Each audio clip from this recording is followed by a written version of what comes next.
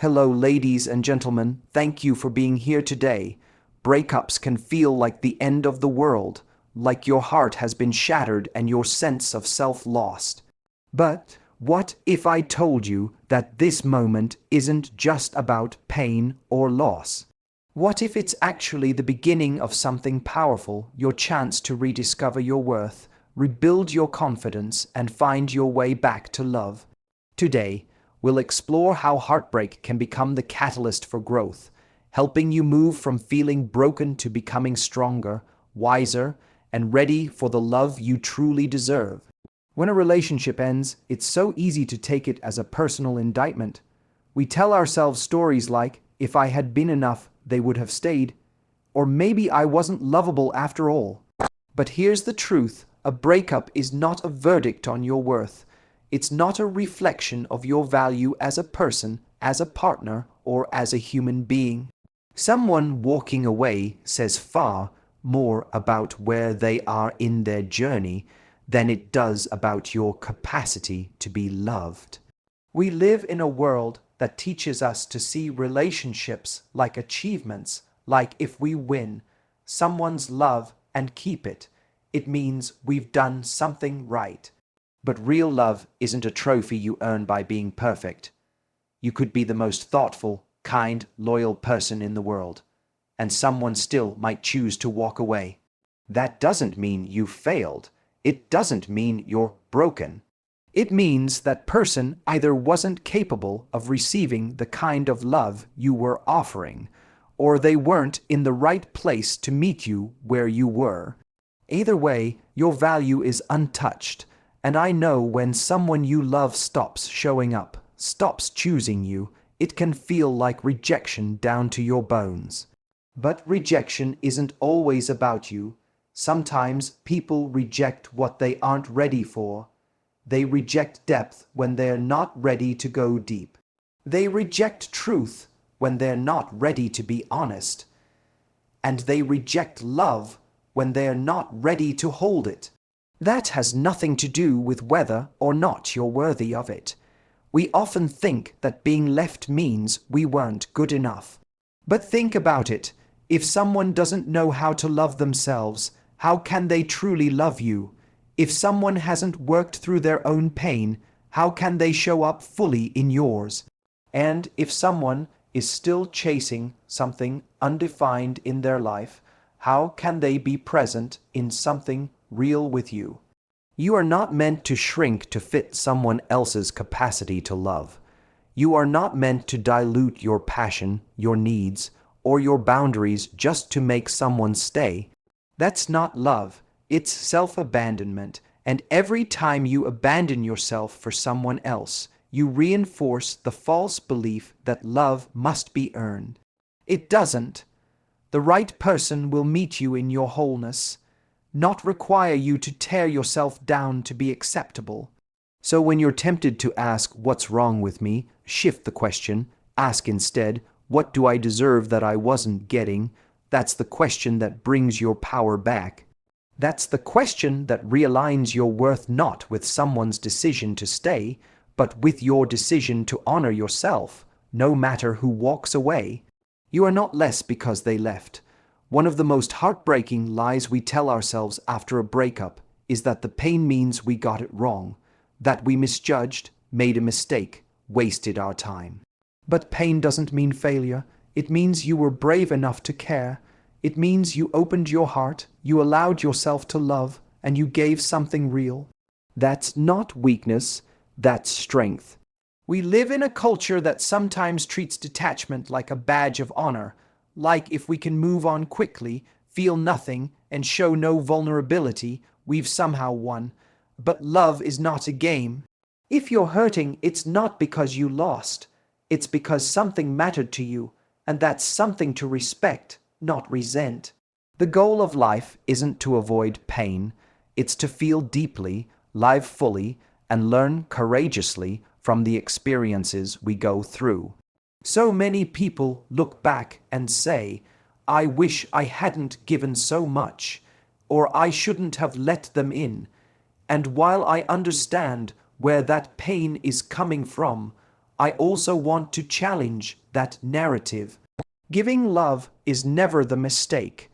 The only mistake is believing that the outcome of love defines whether it was worth it. It was worth it because it was real for you. Your feelings were valid. Your effort was sincere. You showed up.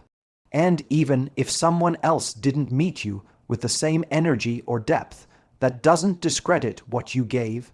The pain you feel is part of the healing. It's your heart processing what mattered. Don't try to rush it away. Don't try to numb it or pretend you're unaffected. When you try to skip the pain, you also skip the growth that comes from it. You miss the insight that pain brings the clarity about who you are, what you need, what you deserve. Pain isn't permanent, but the wisdom it leaves behind can be, and you might wonder, why did I have to go through this? Why did I have to care so much just to get hurt? But what you're going through is teaching you. It's showing you what your heart is capable of. It's shaping your understanding of love, not as something you chase to feel whole, but as something you already possess. Because love, at its best, isn't just about what you get from someone else. It's about who you become through the process of giving it. There's no shame in being heartbroken. It doesn't make you broken. It makes you human. And instead of trying to harden yourself or wish it all away, I want you to see this pain as part of your evolution. You are not weaker because you hurt. You're wiser because you loved. You didn't fail because it ended. You succeeded because you had the courage to feel. We grow up thinking that self-worth is something we earn. That if we look a certain way, achieve enough, or finally get chosen by someone, we'll feel valuable.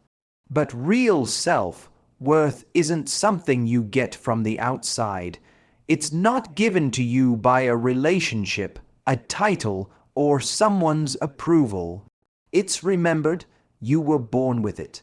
Somewhere along the way, life just made you forget, and heartbreak has a brutal way of distorting that. When someone leaves, or when a relationship we invested so much in ends, our first instinct is to question ourselves. We go inward and think, asterisk, what did I do wrong? Was I not enough? Asterisk, but the truth is, your worth existed long before that person came into your life, and it exists long after they're gone. They didn't create it, so they don't have the power to take it away. What often happens is we outsource our self-esteem to other people. We let them become the mirror that tells us how lovable, attractive, or worthy we are. And when that mirror disappears, or worse, reflects back something hurtful, we feel lost. We think, asterisk, who am I without their love? Asterisk, but that's the wrong question. The real question is, asterisk, who was I before I started believing I needed their love to feel whole? Asterisk, there is a version of you that existed before you wrapped your worth around someone else's attention. A version that didn't doubt whether you were enough. That version is still in there. You just have to reconnect with them. And you don't do that by chasing new validation or rushing into something to feel wanted again. You do it by slowing down, sitting with yourself, and actually listening to what you need. It's in the moments when you're alone, not lonely, but truly alone, that you get to rebuild that connection with yourself. That's when you start remembering your worth. You realize that peace doesn't come from someone choosing you. It comes from you choosing yourself over and over again, especially when it's hard. And let's be honest, sometimes we keep running back to people not because they made us happy, but because we're terrified of what it means if they don't want us.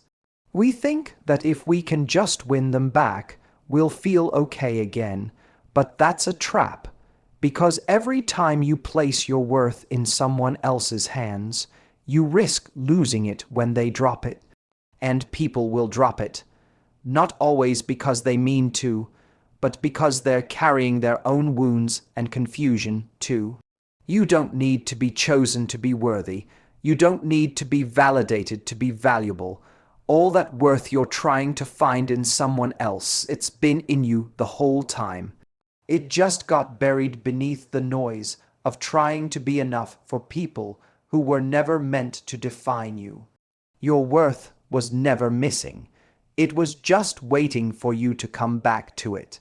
One of the biggest lies we tell ourselves after a breakup is that we're starting over, that everything we built, everything we learned, everything we gave has somehow been erased. It feels like we've been knocked back to square one, like all the time and energy was wasted, but that's just not true. You're not starting over, you're starting wiser. You're beginning from experience, from lessons, from clarity. You see, growth doesn't always come wrapped in success.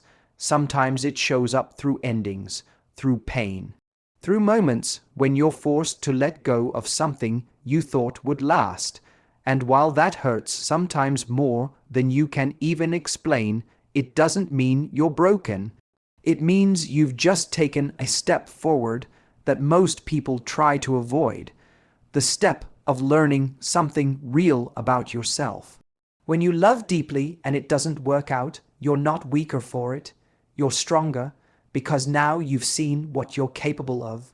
You know how much you can give. You know what you will and won't accept again. You've stretched emotionally in a way that prepares you for something greater.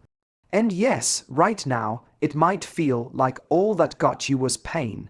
But pain isn't the only thing you walked away with. You also walked away with knowledge, with strength, with a deeper understanding of your needs and your boundaries. Think about it. Would you really want to go back to the version of you who hadn't lived through this yet? Who hadn't discovered what matters to them? Who hadn't yet learned the red flags or the subtle ways they were settling for less? As painful as it's been, this version of you, the one sitting here now, is more aware, more in tune, more awake. And that's not a step backward, that's transformation. We often treat relationships as the goal, as if being in one means you've arrived and being single means you're somehow behind. But relationships don't complete you, they reveal you, and when one ends, it's not the universe saying you failed. It's often saying you've outgrown what you once thought was right for you. That doesn't mean the love wasn't real. It just means it served its purpose.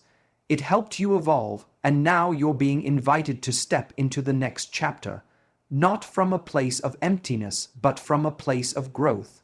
This moment isn't about starting from nothing. It's about starting from wisdom, from clarity, from strength you didn't even know you had until now. So don't look at this ending as the reset button. See it as the elevation. You're not back at the beginning. You're just at the beginning of something better. You're not starting over. You're starting stronger. One of the hardest things to realize after a breakup is how much time and energy we've spent trying to be enough for someone else. We twist ourselves, shrink, overgive, just to be seen, just to be chosen. And when it ends, we're left not only heartbroken, but exhausted because we weren't just trying to love them, we were trying to prove our value through them.